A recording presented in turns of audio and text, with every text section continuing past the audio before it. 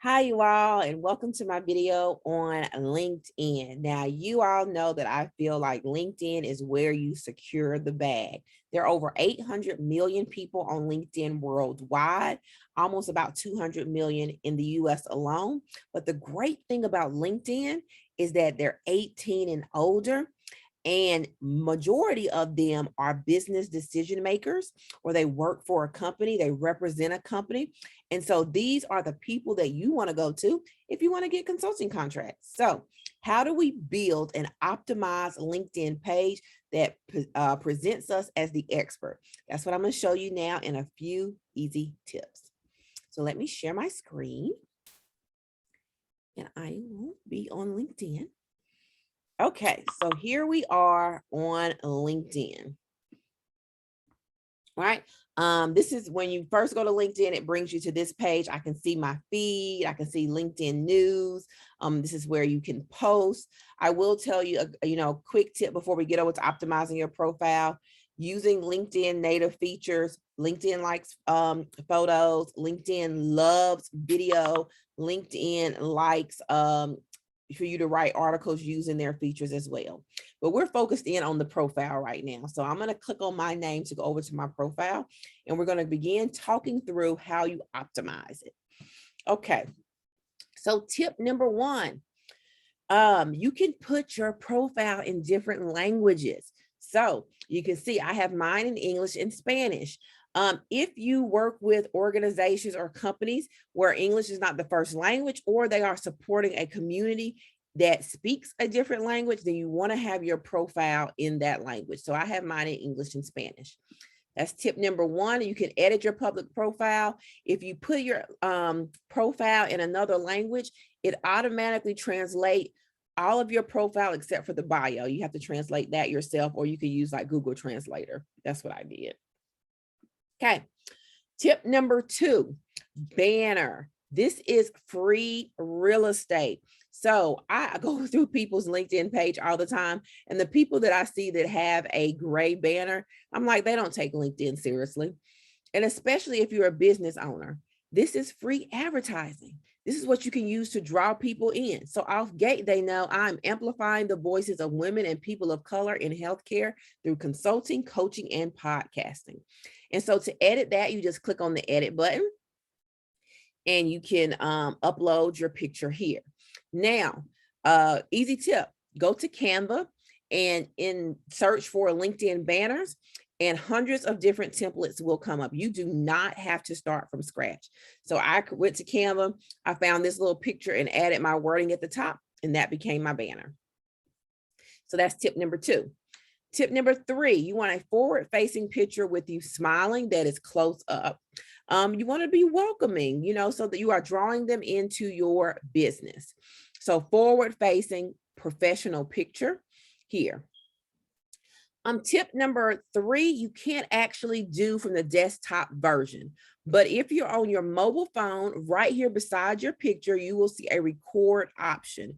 You can record a 30, 45-second video doing your elevator pitch, doing what makes you different. And then you can upload that video here. And so what happens is every time someone comes to your page, that video automatically starts playing. So this is for pages, personal pages. Next tip, you can hear for your name, you can add your pronunciation and your pronouns. So this is important because it's about personalization. They know it's you, they know you took the time to really build out and make your profile good. It also helps so people won't be missaying your name. People pronounce my name wrong all the time. If they found me on LinkedIn and they press this little button, Dion Butler, they should not mispronounce my name. And then they know my pronouns. Right up under there is your headline. So this is where you get 150 characters to put in a statement that shows what you do, what makes you different. So I am the healthcare connector, specifically working to amplify the voices of women and people of color in healthcare entrepreneurship and health equity work. This headline is also searchable, which means SEO matters. So your keywords that you're using for SEO should be in here. Because this is a creator account, I can put up here what I talk about, and I'll show you where you add your creator account here as well. But you can see I talk about training, leadership, health equity, corporate learning, and healthcare professional. So off gate, when someone comes here, they know if they're on a page, or they know if I'm someone they want to work with. You can see my followers, how many connections that I have. So what's the difference? A follower means they're going to get your information every time you post. Sometimes when people get over a certain amount and they're getting a lot of connection requests, they'll just turn their profile to being following only, which just means people can automatically follow you. You won't get all those connection requests. Then because I'm a business, you'll see what I provide services on. Analytics will always be private to you, but you can see that in the last 7 days, over 1,100 people have viewed my profile. Here's how many post impressions that I've had and how many times I've appeared in people's searches. Here's creator mode. And so you want to make sure that's always turned on, because that will get you discovered. They will showcase your content. They will share your content. It also gets you some creator tools like LinkedIn Live and things like that. Here's where you can manage your network, and we'll talk about that in a second for growing your profile. Under featured, here's where you can put presentations, videos, blogs, websites, things like that, that showcase your work. You can add it here. That way people can check out your the type of work you do without you having to send it. So there should be at least 2 to 3 things here to begin with. Your activity is your most recent post. Now, the next thing I want to talk about is your about me and your experience. Now, in your about section, what's important is that you're talking in the first person. And for experience as well, you're talking in the first person and you're quantifying your experience, your knowledge, your accolades.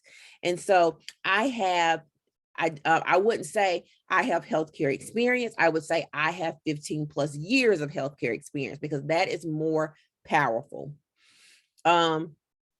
I wouldn't say, I have a podcast program. I would say that I have recorded, 30 episodes of the Healthcare Connector, because that shows more oomph. The same thing with your experience section. You want to use I, first person, and then you also want to quantify your roles and responsibilities. Here you also have the ability to add some links as well. So like I have my links to my website and my speaking website, as well as my podcast. Don't forget to add all of your education, any certification. So a lot of times if you're taking things through LinkedIn Learning or Coursera, it'll allow you to add that to your LinkedIn profile. Make sure you do that. Add any volunteer work that you're doing. All of this is helping to position you as the expert, show your expertise, your knowledge, and that lived experience. For skills, you can add in your skills. So this is important because your network can endorse those skills. You can also take skills quiz. So like say you are really good at Excel, you can take a LinkedIn Excel quiz and it will add it here. Recommendations. This is an area where you can request recommendations from people that you've worked with, your previous managers, companies that you've worked with. You want to try to build this area out. Testimonials are here. Any courses you've taken, any organizations that you're part of as well. If you go through and you do all of those sections, then you will have built out a really optimized profile that is better than a lot of people on LinkedIn. And then you want to start growing it. So initially, what you'll do is you'll come over here to my network, and it's probably going to ask you, if you've never done this before, if you're just building it, it's going to say, do you want to connect your email? I would connect my email, and you want to add in everybody that you know. They may not be in your audience, but part of this is also being able to have their connections as well. So say I know Billy D, and I add Billy D. Now I am one connection away from everyone that Billy D knows. So maybe Billy D knows someone within human resources within a healthcare organization. And so what that does is it will begin to build out. So if I want to connect with Lee Dottridge, we have 13 mutual connections. She is more likely to connect with me and not see me as a robot or a spammer because we have several connections. And so I would just hit connect. So LinkedIn will also give you recommendations. They'll give you recommendations based on the school you went to, based on your role, based on companies that you've worked with in your location. Excuse me, you all. And so you'll begin to build that out. If you've got the LinkedIn Sales Navigator list that I've also talked about, you'll begin to connect with those people as well. Now, it is great to connect with a message. So if you are in your LinkedIn Sales Navigator here, and you choose to go to someone's page that's in that audience, you can message them. And that will sometimes get you a better connection or quicker connection than just hitting connect as well, because it will allow you to do that personalization.